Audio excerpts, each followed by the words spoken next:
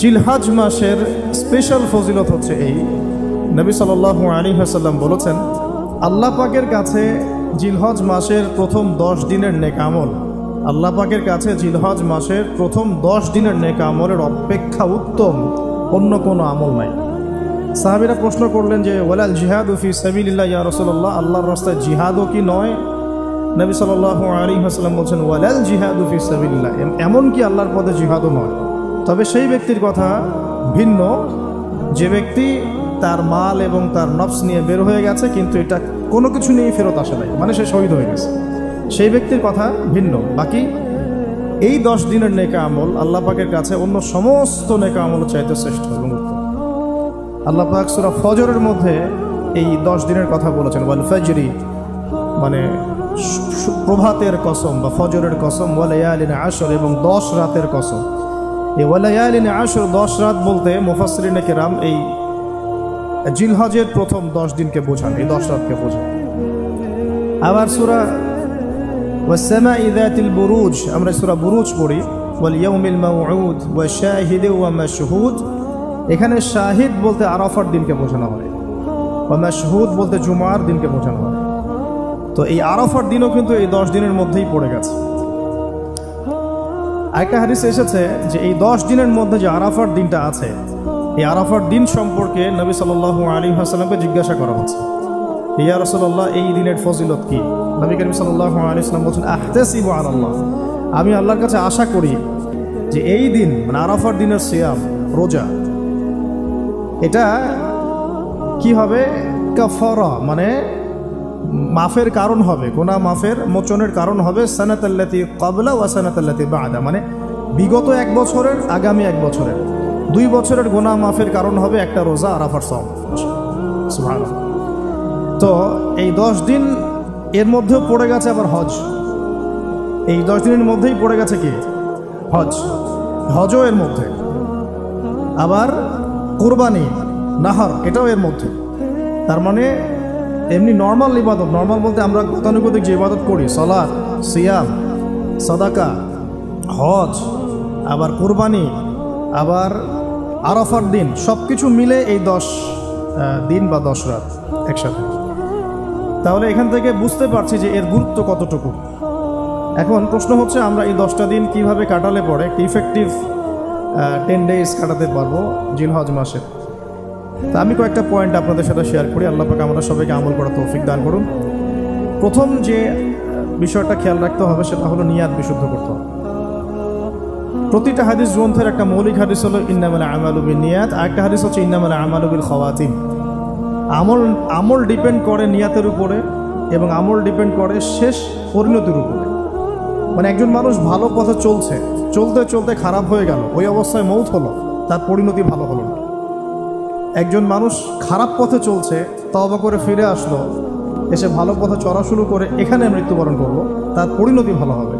ইন্নামাল আমালু বিল খাওয়াতিম, আমল শেষের উপর নির্ভর করে, আর আমরা তো জানি না যে কার শেষ কখন। এই কারণে সবসময় আমলে ব্যস্ত থাকা উচিত। আল্লাহ পাক তৌফিক দান করুন। আল্লামা তাকি উসমানী দামাত বরকাতহু তার উস্তাদ তাকে বলতেন, তিনি তার কিতাবে লিখেছেন যে আমার উস্তাদ আমাকে বলতেন, আমার শাইখ আমাকে বলতেন যে প্রতিদিন দেহের যেমন খোরাক আছে ঠিক তেমনি প্রতিদিন আত্মার খোরাক জোগাড় করো। প্রতিদিন দেহের খোরাকের জন্য আমরা 5 বার 3 বার 4 বার খাওয়া দাওয়া করি, নাস্তা খাই, সব মিলে 4-5 বার খাওয়া দাওয়া করি, পানি পান করি, ভিটামিন নেই, প্রোটিন নেই, কার্বোহাইড্রেট নেই, মিনারেলস নেই, তাই না? দুধ খাই, কত কি খাই, এগুলো দেহের খাবার। অনেকে এর সাথে আবার হারামও কিছু খাবার খায়। আর রুহের খাবার, প্রতিদিন রুহের খাবার জোগাড় করো। তিনি বলছেন এভাবে যে অন্তত একটা সময় নামাজের পরে, হক ফজরের পরে বা মাগরিবের পরে বা আসরের পরে কিছুক্ষণ ধীর স্থিরভাবে নীরবে বসে থাকো, আল্লাহর জিকির করতে থাকো, কোরআন তেলাওয়াত করতে থাকো, তাসবিহ তাহলিল করতে থাকো, আল্লাহর কাছে দোয়া করতে থাকো, হোক শেষ রাতে বা ফজরের পর বা মাগরিবের পর বা ইশার পর, আপনার সুবিধা মতো সময়। ফজরের পর করতে পারলে বেশি ভালো হয়, শেষ রাত্রে করতে পারলে বেশি ভালো হয়।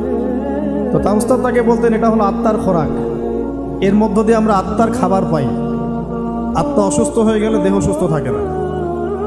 আমাদের সমাজে আমরা যারা চলাফেরা করছি আমাদের বেশিরভাগের প্রবলেম একটা, আমাদের আত্মাগুলো দূষিত। এখন আত্মাগুলো দূষিত, এটা আমি 100% গ্যারেন্টি দিয়ে বলতে পারি। আত্মা দূষিত না হলে আমাদের চোখের হেফাজত করা সহজ হতো। আত্মা দূষিত না হলে আমাদেরকে সলাতে আসতে এত বেগ পেতে হতো না। আত্মা দূষিত না হলে সাদাকা জাকাত দিতে মনের মধ্যে এত কণ্ঠতা, কি বলবো, এত কনজাস্টেড ভাবনা চিন্তা আসতো না। আত্মা দূষিত না হলে কিন্তু আমরা আল্লাহ পাকের বিধান পালনে এত যুক্তি বিজ্ঞান দর্শন খুঁজতাম না। আমাদের আত্মা কিন্তু অলরেডি করাপ্টেড। তো এটা নিজের বিবেকের সাথে প্রশ্ন করলেই পাওয়া যাবে আয়নার সামনে দাঁড়ালে। তো এই আত্মা এখন বিশুদ্ধ করার জন্য আল্লাহ পাকে মৌসুমগুলো দিয়েছে। এই 10 দিন আমরা প্রথম যে কাজটা করতে পারি সেটা হলো নিয়তটা বিশুদ্ধ করা, যে আমি প্রত্যেকটা কাজ আল্লাহ পাকের সন্তুষ্টির জন্য করছি। এর আগে যারা দিনের পথে চলেছেন, কাজ করেছেন, শ্রম দিয়েছেন, দায়ী ছিলেন, মুহাদ্দিস, মুফতি, মুজাহিদ তারা ছিলেন, তারা একটা বিষয় খুব খেয়াল রাখতেন। অনেকগুলো কিতাব পড়াশোনা করে এই জিনিসটা আমি পেয়েছি, অনেকগুলো কিতাবই আছে, যে তারা যে কোনো কাজ করার আগে একটু ধীর স্থিরভাবে বসতেন বা 1 মিনিট একটু চিন্তা করতেন, আগে নিয়তটা খালেস করতেন, আমি এই কাজটা আল্লাহর জন্য করছি। আমরা ব্যস্ততার সাথে অনেক সময় চলাফেরা করে এই নিয়তটা খালেস করার সময় পাই না।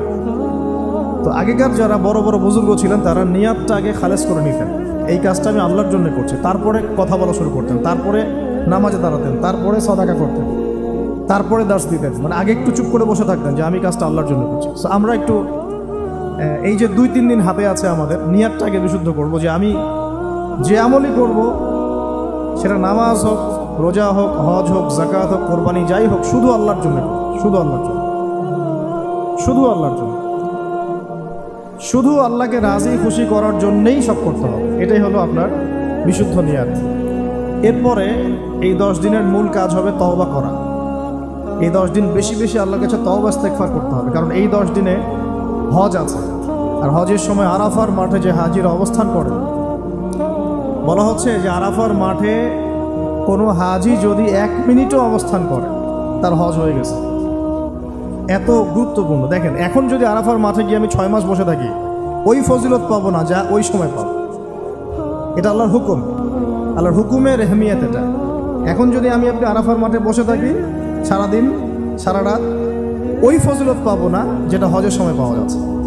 হজের মাঠে, আরাফার মাঠে যত হাজিরা আসবে, লক্ষ লক্ষ হাজি, তাদেরকে উদ্দেশ্য করে আল্লাহ পাক বলেন, ফেরেশতাদেরকে বলেন, দেখো আমার বান্দারা কি চায়, দেখো ওরা উস্কো খুস্কো চুল নিয়ে এসেছে, ধুলো মলিন হয়ে এসেছে। আরেকটা জায়গা আছে যে ওই দিন আল্লাহ রাব্বুল আলামিন এত অধিক সংখ্যক বান্দাকে জাহান্নাম থেকে মুক্তি দেন যেটা আর কখনো দেন না, এবং ওই দিন শয়তান নিরাশ হয়ে পড়ে। তাহলে এই 10 দিনে আমরা যারা যেতে পারছি না হজে, আমাদের কাজটা তাদের সাথে একাত্মতা পোষণ করে তওবা করতে থাকি। মানে ইউনিটিটা কেন? যেমন ধরুন একটা হাদিস বলি যে আরাফার এই জিলহজ মাসের চাঁদ ওঠার আগেই যারা কুরবানি করতে সক্ষম, আমরা যারা কুরবানি করতে চাই, তাদেরকে নখ, চুল এগুলো কাটতে নিষেধ করা হয়, তাই না? চাঁদ উঠে গেলে নখ, চুল এগুলো কাটতে নিষেধ করা হয়, এটা হাদিসেই আছে। আর এর আগে কেটে ফেলতে বলা হয়, যে নখটা আগে কেটে ফেলেন, চুলটা আগে কেটে ফেলেন, দাড়ি আবার কাটতে যায় না, নখ আর চুল। তাতে কি হবে, আমরাও একটা, ওই যে যারা আমরা হজ করতে যেতে পারি নাই তাদের সাথে আমাদের একটা একাত্মতা হলো, কিন্তু তারাও যেমন এগুলোকে স্যাক্রিফাইস করলেন, আমরা আমাদের জায়গা থেকে স্যাক্রিফাইস করলাম এবং এই নেকিটা পেলাম, একটা কুরবানি নেকি পেয়ে গেলাম।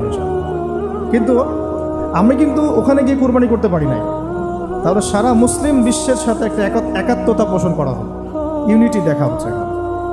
এই জিনিসটাই ওখানে তারা তওবা করেন, আমরা এই সারা এই 10টা দিন 10টা রাত তওবা ইস্তেগফার করতে থাকবো। আল্লাহ পাক তৌফিক দান করুন। কমপক্ষে দিনে 100 বার আস্তাগফিরুল্লাহ ওয়া আতুবু ইলাইহি, এটা বলা উচিত। এরপর একটা বললাম নিয়াত, এরপরে তওবা। এরপরের কাজটা হচ্ছে, বলে ফেলেছি অলরেডি, যে আমাদের চুল নখ যেগুলো আছে এই 2-3 দিনের মধ্যে কেটে ফেলবেন। আগামী সোমবারে কিন্তু শুরু হচ্ছে আমাদের, তাই না? আগামী সোমবারে প্রথম জিলহজ শুরু হচ্ছে। তাহলে যদি সওম রাখতে চান তাহলে রবিবার রাতে সাহারি খেতে হবে। তো চুল নখ এগুলো যা যা আছে অন্য জায়গার পশম, এগুলো উঠিয়ে ফেলতে হবে, কামিয়ে ফেলতে হবে। ইনশাআল্লাহ একটা কুরবানি নেকি পাওয়া যাবে, অল্প একটু আমল করুন। আর 4 নম্বর কাজটা হচ্ছে, এই 10টা দিন একটা ট্রেনিং সেশনের মতো নিয়ে নেই, 10 দিন 5 ওয়াক্ত নামাজটা জামাতে পড়ার চেষ্টা করুন। আর যদি কোনো কারণে মিস হয়েও যায়, বাসায় টাইম টু দ্য টাইম পড়তে, অন দ্য টাইম পড়তে হবে, একদম টাইমের মধ্যে, ওয়াক্তের মধ্যে। কোনো কারণে মিস হতে পারে, স্বাভাবিক, মানুষ বিভিন্ন সফরে থাকতে পারেন, প্রতিবন্ধকতা থাকতে পারে, কিন্তু বাসায় পড়লেও ওয়াক্ত মতো পড়ে ফেলতে হবে। মানে এই 10 দিন ট্রেনিং হবে নামাজের, কারণ এই 10 দিনের যে আমলগুলো, এর মধ্যে কিন্তু নামাজ অন্যতম একটা গুরুত্বপূর্ণ। দেখুন, যার নামাজ নাই তার কিন্তু ইসলাম নাই। বাকি আমল অনেক পরের কথা, যার নামাজ নাই তার সাথে ইসলামের কোনো সম্পর্ক নাই। মান তারাকা সালাতান মুতাআম্মিদান ফাকাদ কাফার। কেউ যদি ইচ্ছাকৃতভাবে তার উপর অর্পিত ফরজ নামাজকে ছেড়ে দেয়, সে কাফের হয়ে গেল।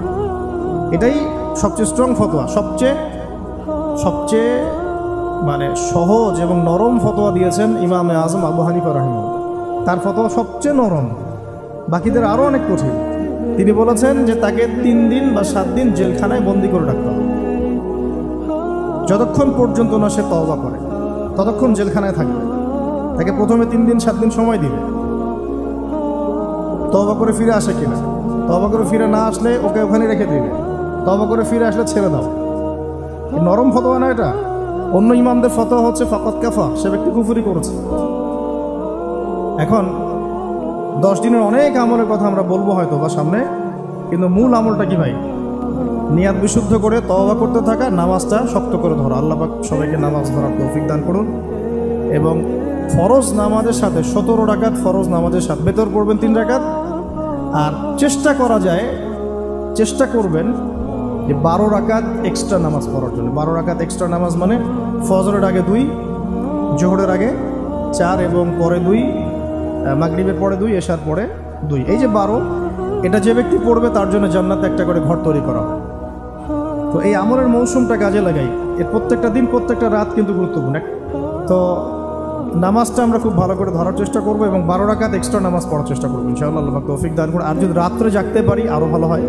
ফজরের আগে যদি 1 ঘন্টা জাগতে পারি, ওই যে আমরা যেমন লাইলাতুল কদরে তালাশ করার জন্য জাগতাম, শেষ দশকে ইতিকাফ করতাম, সেভাবে শেষ রাতে ওঠার চেষ্টা করি। আল্লাহ পাক আমাদের সবাইকে তৌফিক দান করুন, আমিন। এবং এই সময় বেশি বেশি দোয়া করা উচিত, বেশি বেশি জিকির করা উচিত, তাসবিহ তাহলিল করা উচিত এবং বেশি বেশি সলাতের সেজদায় আল্লাহর কাছে নিজের চাওয়াগুলো পেশ করা উচিত। আর এরপরে আমরা যে কাজটা করব এই 10 দিনে, সেটা হলো সওম রাখা। গুরুত্বপূর্ণ কাজ, রোজা রাখা। আমরা চেষ্টা করব 10টা রোজা রাখার জন্য।